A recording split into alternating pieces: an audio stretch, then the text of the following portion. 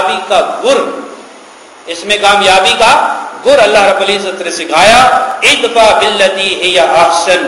جب کبھی برائی کا تدارک کرنا ہو، جب کبھی برے لوگوں کے ساتھ، برائی کے ساتھ، کیونکہ برائی بذات خود تو کچھ چیز نہیں ہے نا، پھر میں یہ عرض کروں گا، برائی جب تک کسی کو لگتی نہیں ہے وہ سامنے نہیں آتی۔ بیماری بخار ہے جب تک کسی کو ہوتا نہیں ہے بخار کا پتہ نہیں چلتا کہ ہے کہ نہیں ہے۔ بخار کسی کو ہوگا تو پتہ چلے گا بخار ہے، کوئی بیمار ہوگا تو پتہ چلے گا بیماری ہے۔ اس لیے برائی ویسے نہیں گھومتی پھرتی بغیر شکل کے، اس کی کوئی شکل نہیں ہوتی، اس کی کوئی صورت نہیں ہوتی، اس کا کوئی جسم نہیں ہوتا، برائی کا کوئی وجود نہیں ہوتا۔ اسی طرح نیکی بھی ایبسٹریکٹ ہوتی ہے، غیر مرئی ہوتی ہے، نظر نہیں آتی۔ ہاں جب نیکی کو لوگ اپنا لیتے ہیں نیکی نظر آنا شروع ہو جاتی ہے، جب برائی کو لوگ اپنا لیتے ہیں برائی نظر آنا شروع ہو جاتی ہے۔ جب لوگ رشوت لیتے ہیں تو وہ رشوت لینے والے کو راشی بنا دیتی ہے، جب لوگ کرپشن کرتے ہیں تو کرپشن کرنے والے کو وہ کرپشن کرپٹ بنا دیتی ہے۔ تو وہ جو ایک ایبسٹریکٹ کردار تھا، نہ نظر آنے والا کردار تھا، جب وہ کسی چیز کے ساتھ وجود کے ساتھ لگتا ہے تو اسے بھی ایک وجود مل جاتا ہے، اسے بھی ایک شکل مل جاتی ہے۔ جس کے پاس علم آ جاتا ہے وہ عالم بن جاتا ہے، جس کے پاس تقویٰ آ جاتا ہے وہ متقی بن جاتا ہے، جس کے ساتھ پرہیزگاری آ جاتی وہ پرہیزگار بن جاتا ہے، جس کے پاس تقریر آ جاتی وہ مقرر بن جاتا ہے۔ تو جیسے جیسے یہ خصوصیات کسی انسان میں آتی ہیں وہ خصوصیات اس انسان کے کردار سے نظر آنا شروع ہو جاتی ہیں۔ تو اللہ رب العزت نے فرمایا ادفع باللتی ہی احسن، کہ جب کبھی برائی کا تدارک کرنا ہو تو پھر کیسے؟ اچھے طریقے سے، اچھے طریقے سے کرو۔ یہ ذات کا معاملہ ہے، یاد رکھیں، اپنی ذات کا، اللہ کا دین آپ نے پہنچانا ہے، اللہ کے دین کی تبلیغ کرنی ہے، اور اس میں مشکلات آئیں گی، اصلاح کام کرنے کے لیے مشکلات آئیں گی، لوگ باتیں کریں گے، لوگ باتیں کریں گے۔ ہمارا معاشرہ تو کسی کو ٹھیک ہونے بھی نہیں دیتا۔ جب کوئی بچہ نوجوان نماز پڑھنے چلا جائے تو لوگ اس کے بارے میں بھی باتیں کرتے ہیں، پتہ نہیں یہ نماز پڑھنا کیوں شروع ہو گیا ہے۔ جب کوئی بندہ بڑا ہو کر 40-50 سال کا ہو کر نیکی کی طرف آنا چاہے تو لوگ کہتے ہیں جناب پیچھے دیکھو اس کے کیا ہے۔ بھائی پیچھے کو چھوڑ دو، قرآن یہ کہتا ہے کہ اگر پیچھے کو دیکھنا ہے تو عمر بننے سے پہلے کیا تھا، پھر اس پر بھی بات کرو گے، ابو بکر صدیق پر بھی بات کرو گے، پھر عثمان غنی پر بھی بات کرو گے۔ صحابہ بننے سے پہلے کیا تھے، لیکن جب دامن مصطفیٰ سے وابستہ ہو گئے اللہ رب العزت نے فرمایا اب میں ان سے راضی ہو گیا ہوں، یہ مجھ سے راضی ہو گیا۔ پھر ماضی کو نہ دیکھو کہ یہ ماضی میں کیسا تھا، اس کا کیا کردار تھا، وہ اس نے چھوڑ دیا، وہ قصہ ایک پارینہ ہو گیا۔ اب اس کا حال دیکھو وہ کس حال میں ہے۔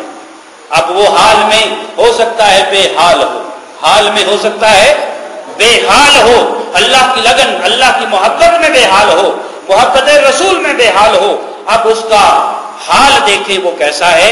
تو اللہ رب العزت نے فرمایا کہ تمہیں تکلیف ہوگی، لوگ تمہارے حق باتیں کریں گے، لیکن یاد رکھیں پتھر کھا کر لوگ تمہیں پتھر ماریں گے۔ یہ میں ریفرنسز دے رہا ہوں، صرف لوگ تمہیں پتھر ماریں گے، پتھر کھا کر پتھر نہ مارنا، پتھر کھا کر پتھر نہ مارنا یہ نیکی ہے، یاد رکھیں یہ کیا ہے، نیکی ہے۔ لیکن ہمیں جو محاورے دیے جاتے ہیں، اینٹ کا جواب پتھر سے دو۔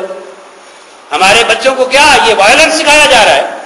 ہمارے اسکولوں میں جو محاورات سکھائے جاتے ہیں وہ اینٹ کا جواب پتھر سے نہیں۔ میرے مصطفیٰ کا اسوہ یہ ہے، پتھر کا جواب مسکرا کر دو، پتھر کا جواب، بات میں پھر کر رہا ہوں ذات کی، یہ ذاتی بات ہے۔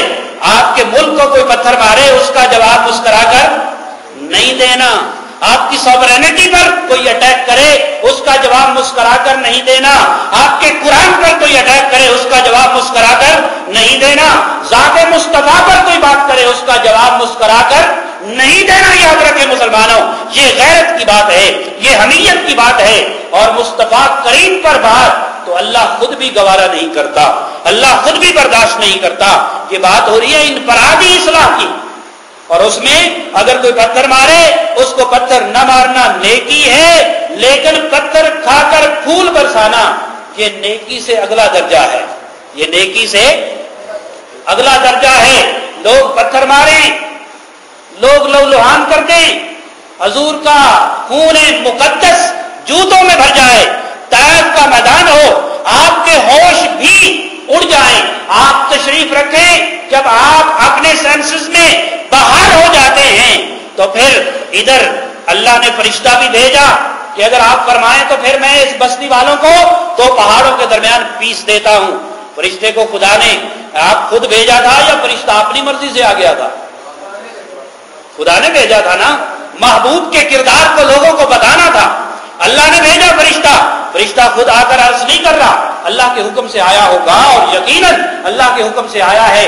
حضور اگر آپ کا حکم ہو تو پتھروں کو ملا دوں، بستی والوں کو مٹا دوں۔ آپ کا غلام آپ کو عرض کر رہا ہے، یا رسول اللہ بد دعا فرمائیں، قربان جائیں، پتھر کھا کر، جوتوں میں لہو کروا کر، اپنے جسم کو زخمی کروا کر میرے مصطفیٰ نے ہاتھ اٹھائے۔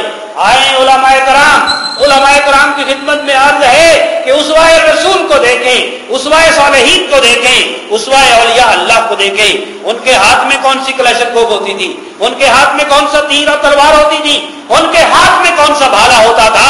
آج ہمارے علماء کے پاس بھی کلاشن کوفیں ہیں، گنے ہیں، بندوقیں ہیں، اور ہم کہتے ہیں کہ ہمارا کلچر کیسا ہو گیا، ہماری تہذیب کو کیا ہو گیا۔ میرے مصطفیٰ نے جب ہاتھ اٹھائے تو آپ چاہتے تو فرشتے کو کہہ دیتے، پیستے پہاڑوں کو، دیکھو یہ ہے پتھر کھا کر پھول برسانا، اور پتھر کھا کر پھولوں کی پتیاں بھی نچھاور کرنا۔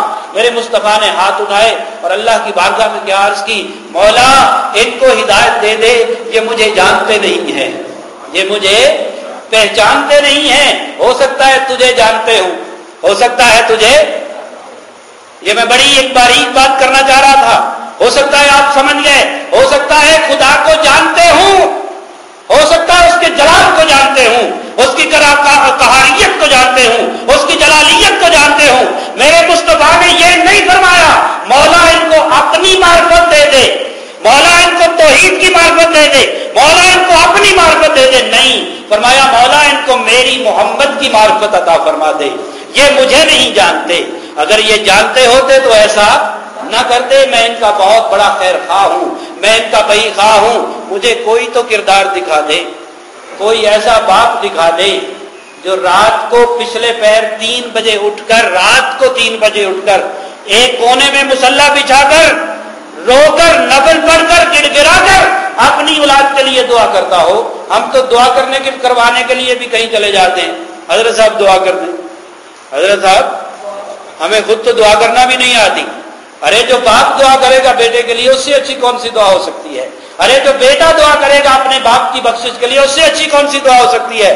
میں اس سوچ کو، فکر کو بدلنا چاہتا ہوں آپ کے ذریعے سے، اللہ کی توفیق سے، کہ ہم دیکھیں کہ ہم کیا ہیں، ہم خود کیوں نہیں کرتے، ہم خود نے کیوں نہیں کرتے۔ ہم ادھر علامہ اقبال کو بھی پڑھتے ہیں، قائد اعظم کو بھی پڑھتے ہیں، پھر قرآن و حدیث کو بھی پڑھتے ہیں، کبھی دعائیں لی نہیں جاتی، یاد رکھیں، دعائیں کروائی نہیں جاتی، یاد رکھیں، یہ میری بات پلے باندھ لیں، کبھی دعائیں کروائی نہیں جاتی، کبھی دعائیں لی نہیں جاتی، یاد رکھیں۔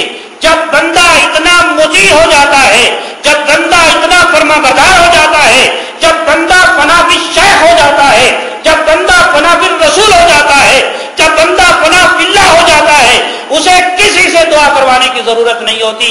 جب بندہ بچہ ماں باپ کا فرما بردار ہو جاتا ہے، ماں خود دعا دیتی ہے، باپ خود دعا دیتا ہے، دعائیں کروایا نہ کرو، اتنے فرما بردار ہو جاؤ کہ دعائیں خود نکلنا شروع ہو جائیں، دعائیں خود نکلنا شروع ہو جائیں۔